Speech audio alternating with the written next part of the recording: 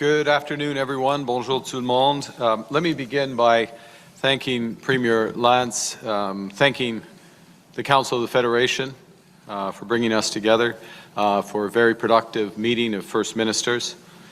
Il s'agissait de notre 14e réunion depuis mars dernier et de notre 5e rencontre en personne, à l'heure où le monde est de plus en plus divisé et incertain.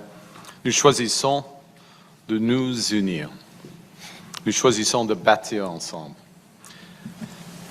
We're in Charlottetown, so I will hearken back to Confederation. More than 160 years ago, the Charlottetown Conference laid the foundation of this country.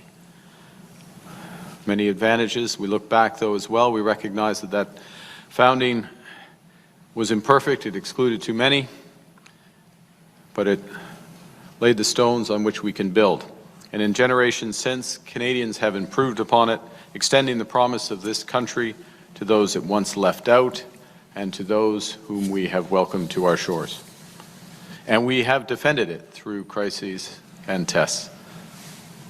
We're faced tests today. As everyone knows, on Monday, the U.S. administration announced its intention to impose the latest in a series of unilateral and unwarranted trade actions. Let's be clear about how Canada is responding. Yes, we are intensifying our negotiations with the United States in pursuit of a comprehensive agreement that addresses all tariff-related sectors. In all circumstances, irrespective of the outcome of those negotiations, Canada will do whatever it takes to build our strength at home and to support Canadian families, workers, our farmers, our businesses. We're ready. We're ready because we have been focusing on what we can control. And that's building our strength at home, buying Canadian, backing Canadian workers, building Canadians. That's the resolve of Canadians. That's the foundation on which we're building. We're a reliable partner in a world that's anything but. So we're diversifying our partnerships abroad. The First Ministers at this table have been central to that effort. Provincial premiers have led more than 50 trade missions since we last met in person in January, and over 130 since I became Prime Minister. Our government, the federal government, has signed more than 20 new economic and security partnerships because Canada has what the world wants, and Canada believes in the benefits of free and fair trade. We're also ready because of what we know in our bones, that our unity is our greatest strength and our destiny is in our hands. C'est dans cet esprit que nous sommes réunis aujourd'hui. Nous prenons des mesures pour que notre réseau énergétique soit plus abordable, plus concurrentiel et plus sécuritaire. Nous accélérons les grands projets qui vont transformer notre économie pendant des générations. Nous éliminons les obstacles à la mobilité de la main-d'œuvre et au commerce intérieur. Et nous allons continuer d'agir ensemble avec détermination et avec force pour protéger les travailleurs, les familles du Canada et faire avancer nos intérêts nationaux. Now, we spent a fair bit of time today, in addition to talking about trade, to discussing an electricity strategy. Par exemple, l'objectif de la stratégie nationale d'électrification est de doubler la capacité de notre réseau et de fournir une énergie propre, fiable et abordable dans toutes les régions du pays. Lower energy costs, greater energy security, fewer emissions, building a strong connected grid is how we will achieve all of those objectives at once. And there's already examples. This morning, our government announced an investment in a new subsea power cables across the Northumberland Strait between New Brunswick and Prince Edward Island. Thank Premiers Lantz and Holt for their leadership on that. This is the kind of project that's been needed for years. It's the kind of project we need to build up more and more quickly. In addition, today, Premiers Holt, Houston, and Lantz signed an agreement to plan and operate their electricity systems together, and the federal government will support that work, increasing reliability, lowering costs, increasing competitiveness for maritimers. Now, becoming an energy superpower, delivering those benefits for Canadians means more than just a connected grid. It means getting big things built in every part of the country. The agreements between the federal government and the government of British Columbia, the agreement with the government of Alberta, clear the path for major projects in both provinces, projects in clean and conventional energy, in transportation, critical minerals, projects that by themselves, just by themselves in these two agreements, will catalyze well over $200 billion in direct investments in Canada, creating almost 200,000 new jobs right across the country. Benefits shared wisely, benefits shared with the Indigenous peoples as full partners, and creating resources for the social programs on which Canadians rely. All of these examples, and they're examples of a bigger picture of cooperative federalism at work, and we are just getting started. Et maintenant, pour rester concurrentiel, nous devons nous assurer que les bases sont solides. Le Canada doit stimuler les investissements tant dans le secteur de l'énergie propre que dans celui de l'énergie conventionnelle. Nos marchés de carbone doivent aussi être conçus pour attirer des investissements, réduire les émissions au fil du temps et maintenir la compétitivité de nos industries à l'échelle internationale. Et notre gouvernement va travailler avec les provinces et les territoires pour mettre à jour un modèle de tarification du carbone. We also are acting to take down barriers that we've built that exist within this economy. Today, we agreed to work towards agreement in principle, to adopt model mutual recognition, to build one Canadian market, to let Canadians work wherever their skills are needed, drawing on the best advantages of provincial legislation. The Committee on Internal Trade will begin that work this summer. If we get this right, a nurse licensed in Ontario who moves to Nova Scotia will be able to start caring for patients right away. A manufacturer in BC who's already approved to sell engineered wood for homes in Alberta will be able to sell it anywhere in Canada instead of waiting years for that. It's workers and goods moving freely, growing our prosperity. Final point. As First Ministers, we share a fundamental responsibility, which is to keep Canadians safe.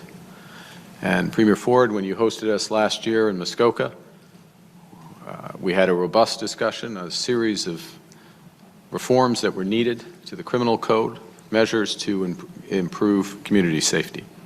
So we've strengthened the criminal code at the federal level, passed 6 laws to combat crime, give law enforcement the tools they need, toughen bails, toughen sentencing. And today, we endorsed a practical joint action plan to continue to make communities safer, building on the progress we've made over the last year. To conclude, we came to Charlottetown as First Ministers with a shared purpose, which is to build a stronger, more prosperous, more independent, more resilient, and united Canada. In a moment when others would choose to divide, we choose to build. This is the Federation working as it should. This is why Canada is ready. We'll continue meeting, keep delivering until the job is done to build Canada strong. Thank you very much, and I'm going to pass to the Chair of the Council of Federation and our host, Premier Lantz. Thank you, Prime Minister. And we are indeed at a pivotal moment in the history of Canada. And over the past 3 days, we've had important conversations about the future of Canada. More than ever, we need to have a united Team Canada approach. Canadians are looking to us for guidance. They want us to look after the best interests of this country, its economy, its sovereignty, and without losing sight of what it means to be Canadian. So, with that in mind, today's discussions about strengthening our economy, improving affordability, building a more secure energy future, supporting health care, can be seen in a new and more important light. Everyone around this table has the same goal. making our respective jurisdictions stronger. Canada is at its best when provinces and territories and the federal government work together. That's exactly what we did here today. As the chair of the Council of the Federation, I've had the privilege of working alongside a strong group of premiers who are committed to the people that they represent. And I've seen how much can be accomplished when we work together. Removing internal trade barriers has been something talked about by politicians for years.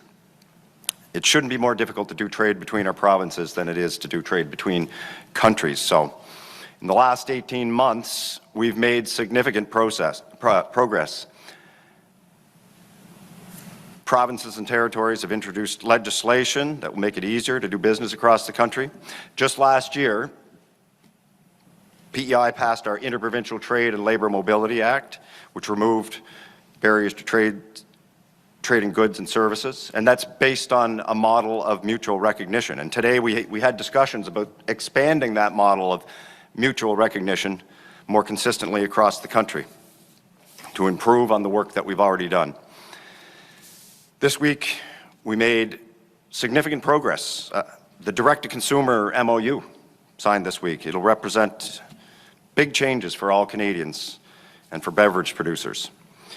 Serving as the chair has been an opportunity to ensure that Prince Edward Island's voice helped shape a national conversation. Every time Canada's premiers gather, my job is to make sure that P.E.I. isn't just represented, but it's heard. Energy security is one of the most pressing issues facing not only our province, but the entire country. And we had a serious conversation about that today. And I want to thank the Prime Minister for this morning's announcement for funding the pre-development work for our new subsea cables connecting us to the mainland. This was one of my top priorities as Premier. So I'm very, very happy to have this underway with the support of the Prime Minister and the federal government. I also had the pleasure of signing an MOU this morning with Premiers Houston and Premier Holt to work collaboratively on a regional approach to electricity. And I said around the table, I believe this is perhaps unprecedented, this type of regional collaboration on energy issues. And I look forward to that work. So that's progress. That's real action, and I'm happy about that. And now just a few words about having the privilege of hosting the premiers and the Prime Minister over the last few days here in Charlottetown. Hosting the Council of the Federation and today's First Ministers meeting, it's been an opportunity to show my colleagues from across the country what makes Prince Edward Island such a special place. Over the past few days, you've had the chance to experience our world-renowned hospitality, and one of our greatest strengths, our food industry. We had a good taste of that last night. And Prince Edward Island may be Canada's smallest province, but our farmers, fishers, our growers, our food producers, chefs, they're second to none. And we're very proud of them. The quality of the work that they produce, the pride they take in their work, and the care they put into every product have earned this province a reputation that reaches well beyond our shores. So, to everyone who helped share the very best of Prince Edward Island this week, thank you. Thank you very much. You represented our province exceptionally well. And I want to take this opportunity to thank all of the organizers. I have staff that have been working on this for months.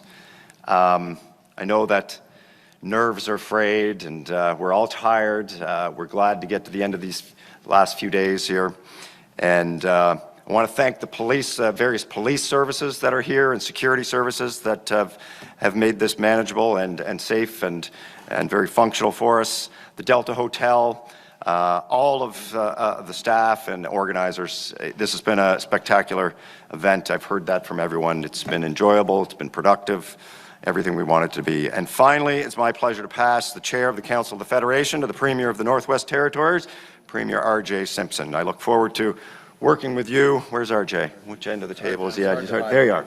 Congratulations. I'm happy to hand the torch to you, and I look forward to seeing you next year. Great. Thank you. Prendre les questions, s'il vous plaît, vous identifiez à qui la question s'adresse. Please identify yourself and who the question is for. First question, Kate. Kate McKenna, CBC News. This is a question for the Prime Minister. Prime Minister, I'm wondering how you see this window of time of trade talks given the new 30-day deadline. Do you think that this is a meaningful opportunity to approach some sort of end game with the United States, or is it just another pressure tactic from the Trump administration? It's both. I mean, that's the direct answer.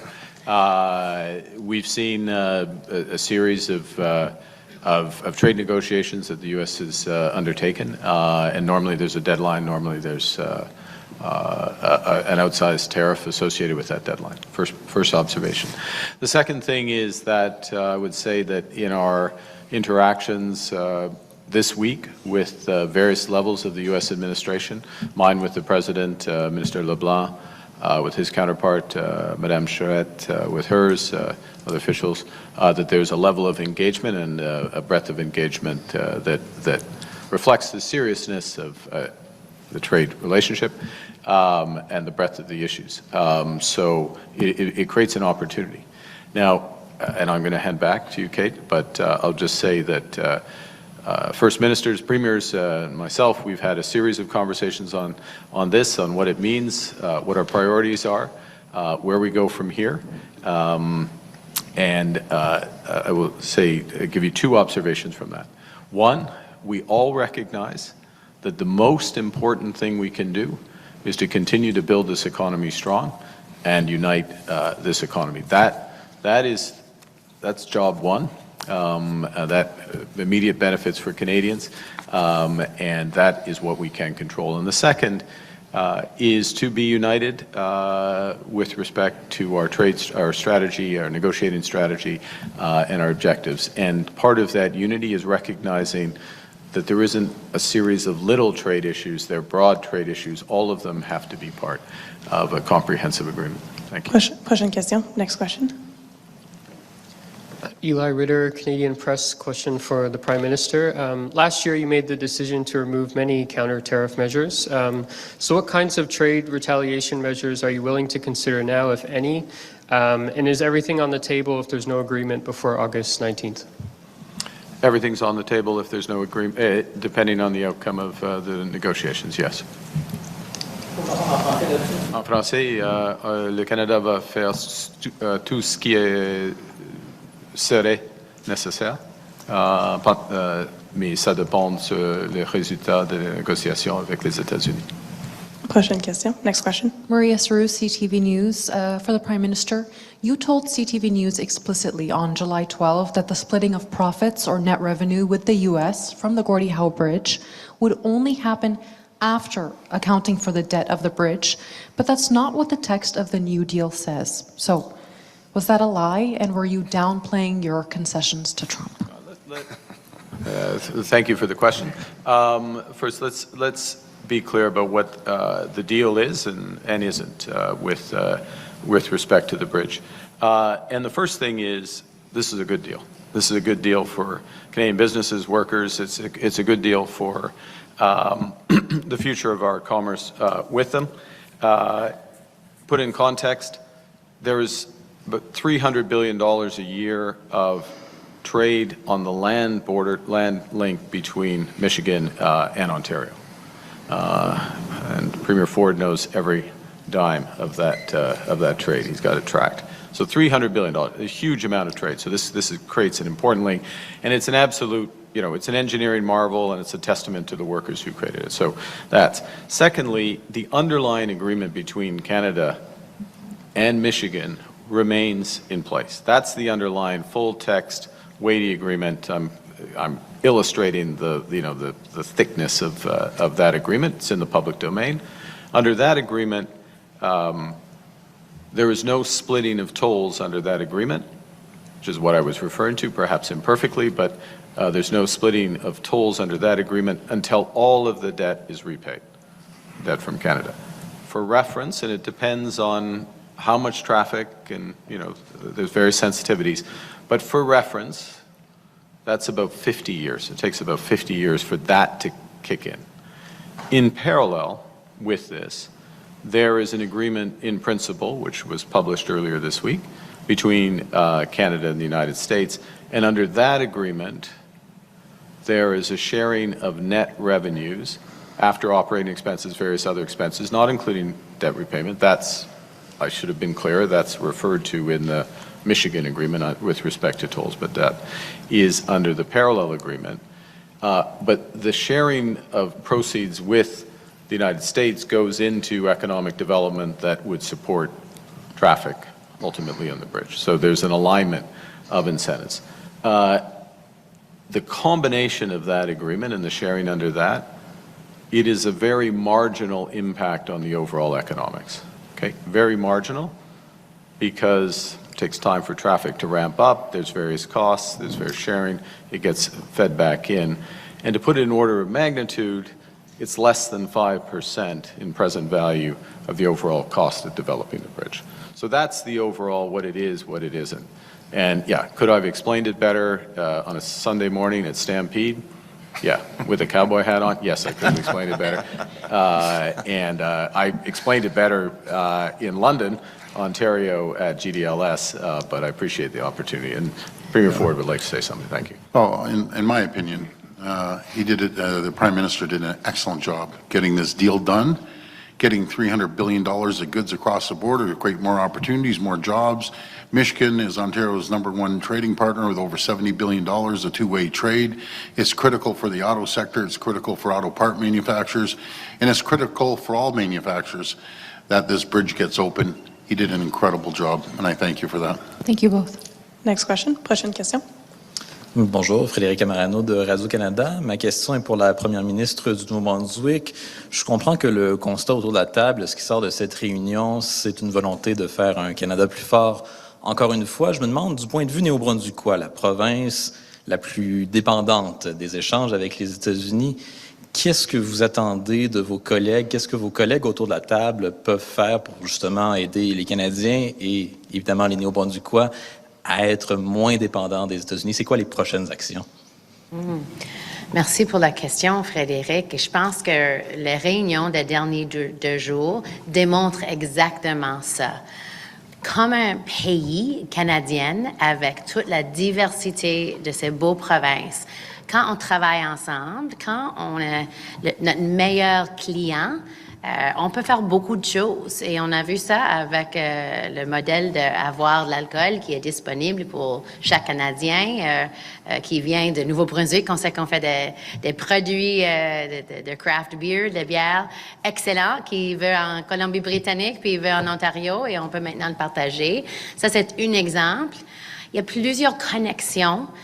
Des fois, c'est des connexions comme un pont à l'île du Prince-Édouard ou peut-être comme un fil subsea que nous sommes vraiment heureux d'avoir un investissement.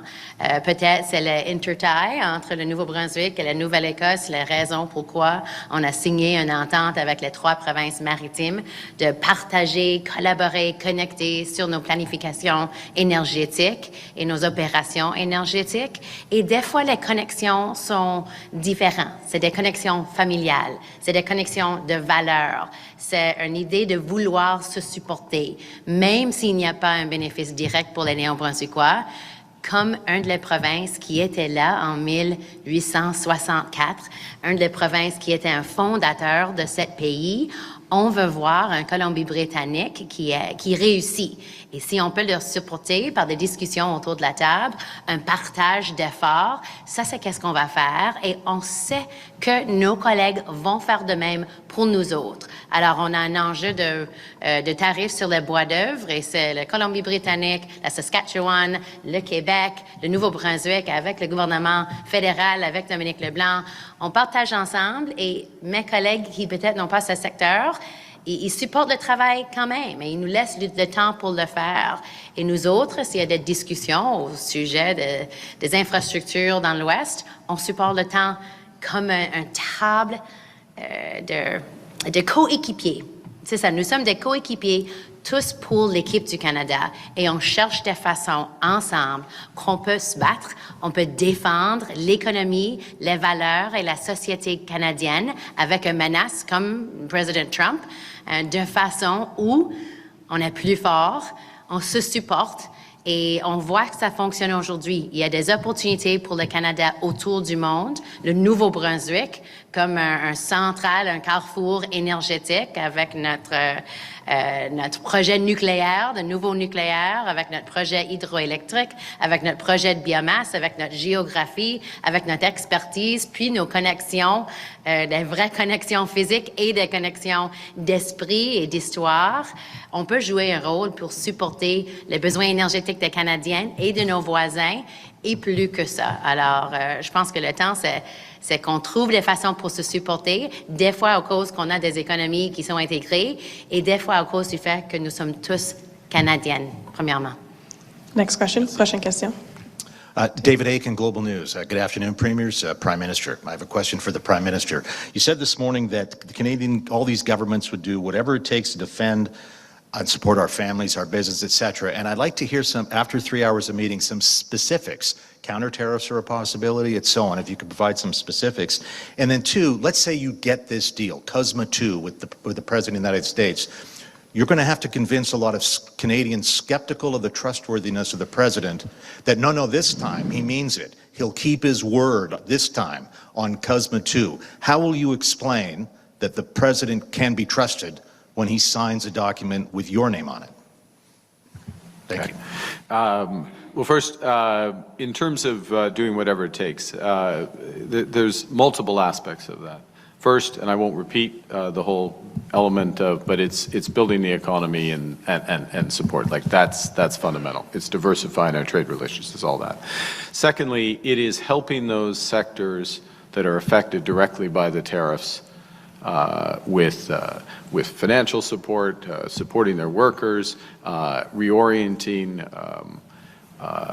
demand for some of their products where that's possible, providing some level of trade protection, if necessary, remissions, other aspects. So there's a variety of things, and we're working through that. We've been doing this and supporting literally tens of thousands of jobs in the 232 sectors, the strategic sectors, steel, aluminum, automobiles, and others, and we'll continue to do that with other sectors that are affected.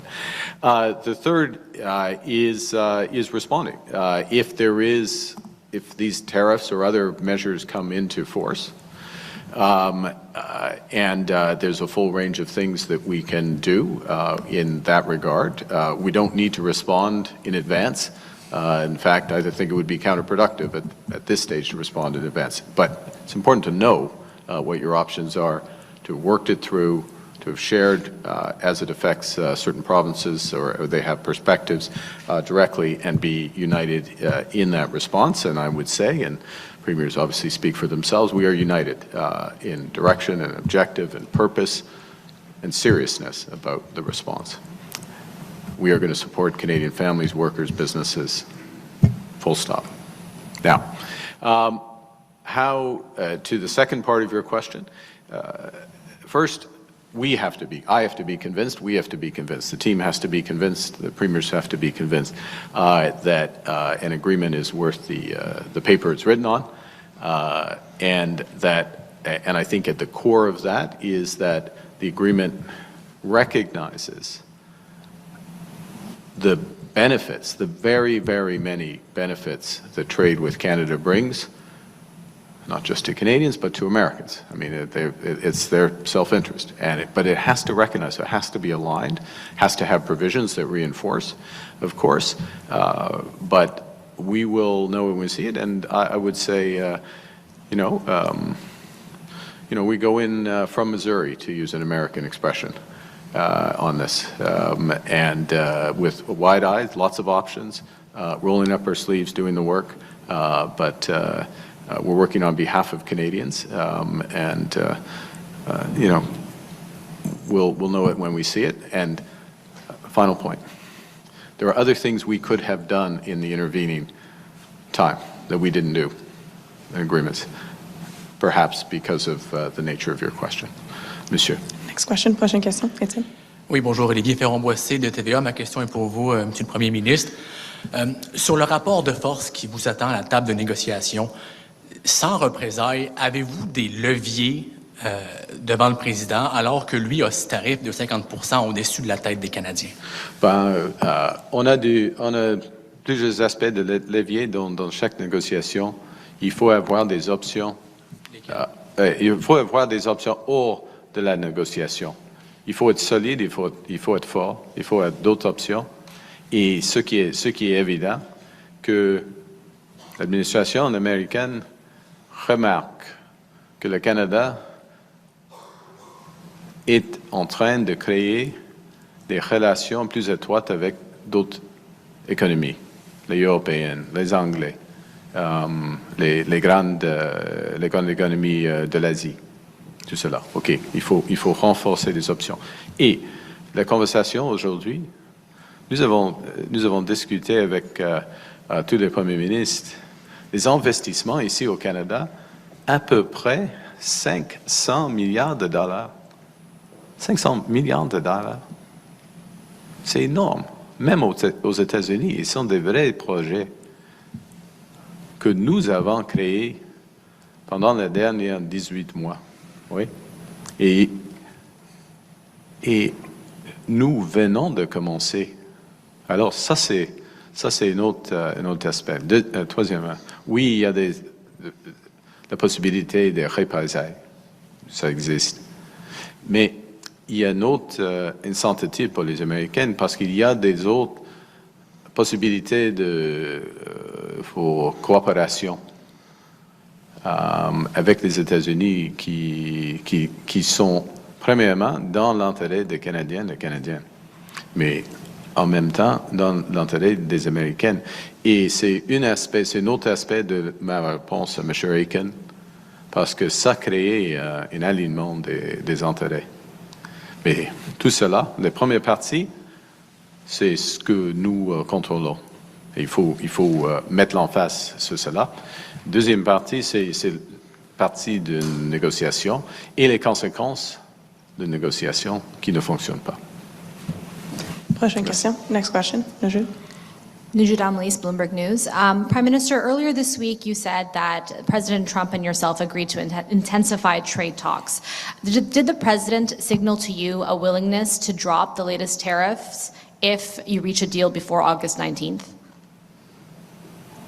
Well, we are in negotiations for adjustments in all the tariffs and trade measures with the United States. So, yeah. Next question. Prochaine question. Patrice Bergeron, La Presse canadienne. La question est pour vous, M. Carney.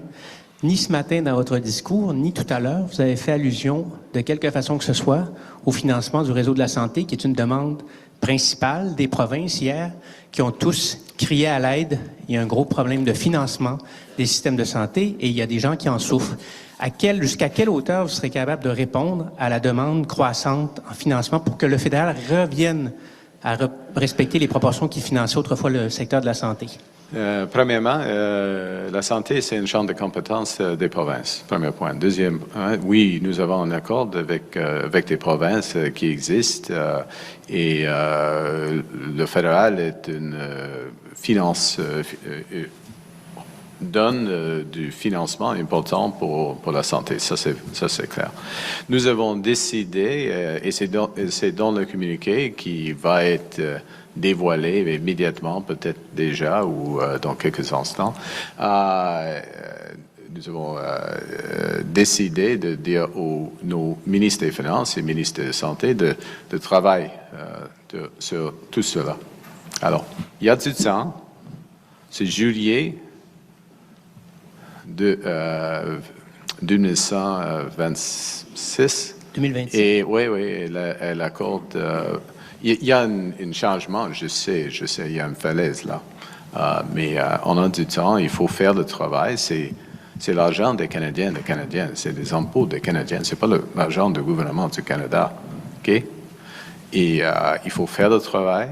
Il faut chercher des occasions pour d'augmenter la productivité dans le secteur de la santé et de prendre une décision avec toute l'information à cette table aussitôt que possible. OK? Aussitôt que possible. D'accord. We'll have time for one last question. I'd Dernière just question. like to jump in there. Je voudrais remercier le Premier ministre du Canada pour prendre l'avantage d'engager avec nous au sujet des fonds pour le système de santé dans le Canada. Nous avons eu la chance de partager nos défis, nos opportunités pour augmenter les investissements fédéraux. Il y a des projets au Manitoba qu'on a déjà fait une collaboration vis-à-vis des investissements dans la santé mentale et puis les soins pour tout le monde dans le Manitoba. Et puis, je pense que ce qu'on a vu aux tables aujourd'hui, c'est une collaboration. Oui, il y a des défis, mais il y a aussi des opportunités pour augmenter le niveau de service dans le système de santé pour les Canadiens et Canadiennes quand nous travaillons ensemble. Alors, oui, il y a des défis économiques au même temps, et puis on doit engager avec tout ça en même temps. So I just want to take this opportunity to thank the Prime Minister for engaging with us on healthcare today. We're going to keep working at the ministerial level, at the First Minister's table as well. But this is what we have to do as Canadians today. We have to be able to make the investments to advance healthcare, take care of our seniors, take care of our kids, at the same time that we're standing up for our economy, that we're standing up for national unity. And so what I saw was a united Team Canada, and I'm very, very proud. This is a country that can do great things. We've, defeated the Nazis. We've done tremendous tech innovation over the years, and we're the first nation of hockey globally. And so being able to handle healthcare at the same time that we grow the Canadian economy is definitely something that we're going to be able to do too. We'll have time for one Thanks. last I'd like question. to jump in sorry. here and just point out that we did pretty well in soccer as well this year, Wab. And thanks to the Prime Minister for the opportunity to discuss important issues around the table. From BC's perspective, the fiscal cliff on healthcare is a very serious and urgent issue. We're looking at March 2027 around the mental health agreement. There's the agreement around seniors care, really important funding agreements with the federal government. The commitment of the Prime Minister to sit down with us and engage through our ministers on this is crucial. My hope is that we can reach a solution quickly. Put the health issue behind us, have certainty for our own budgeting processes that are already getting underway across the country, and be able to focus on what's in front of us as a United Canada around growing the economy to pay for those public services that British Columbians and all Canadians deserve, those huge generational and transformational investments in our country that British Columbia's work with the federal government and all of our provinces work with the federal government, the territories work is enabling. So let's get the healthcare work done so we can grow the economy and ensure we can pay for these public services that are badly needed. We'll go to the last question. Daniel Kissim. Hi, Prime Minister. It's Stuart Lewis from the National Post. In the last 24 hours, the Jameson Greer has come out with saying the U.S. wants to pursue interim agreements with Canada and Mexico, and they've been pursuing negotiations separately, but kind of divide and conquer tactic, shall we say. And so I'm curious about your ongoing positivity that we'll get a comprehensive agreement and perhaps even a trilateral one. Okay, there's a few aspects of that. First, what Secretary Greer and his colleagues in the U.S. have indicated, including in the last 24 hours, is an intention, I can't remember exactly the language he uses, but that the foundation of what he would call USMCA remains intact. So he has a different metaphor for it, but effectively that the interim agreements would be consistent with the structure of USMCA. And you'd have bilateral that reflect the differences in our economy and the differences in some of the trade issues between us. It's a sensible approach. So first off, that's their approach. Now, secondly, in terms of, and let me say that the Mexicans have phones, we have phones. We travel to Mexico, they come here, we talk to them. We're not uninformed. We know what's going on. And we have very good and deepening ties with Mexico. And I'm going to take this opportunity to thank President Sheinbaum and the Mexican people for sending 200 firefighters to help us with our fires here. That's what friends do when you have crisis and fires. Right? We do the same with the Mexicans, we do with the South Africans, the Australians, and others, but this is our time of need, and Mexico is stepping up. The third thing is, you imputed something in what I said. which is, you said, my positivity about getting a compromise. I didn't say that. I said that's what we want.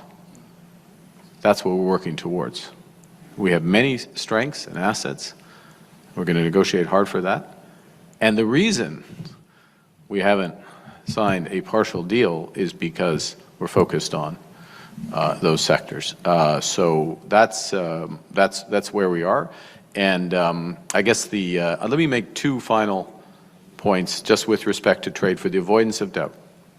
The first is that the United States is due today, tomorrow, probably tomorrow, I guess, but certainly in the next few days, to come back on their 301 trade process. Addresses 60 countries, replaces what are called IEEPA tariffs, if you follow that, the 128 tariffs, and there's different justification, et cetera. I'm sure you're familiar with it. So they will make an announcement on that. We'll see what the announcement actually is, but that will not be, well, you can judge it at the time, it will not be news. We had a discussion. It will be, look, it's news, but it's not unexpected what's happening there, okay? It's part of the bigger puzzle. The second thing is that it is possible and entirely consistent with what Ambassador Greer said, is that there is an agreement with Canada, agreement with Mexico. I'm not giving positivity or negativity. I'm just telling you the process that addresses some of these bigger issues.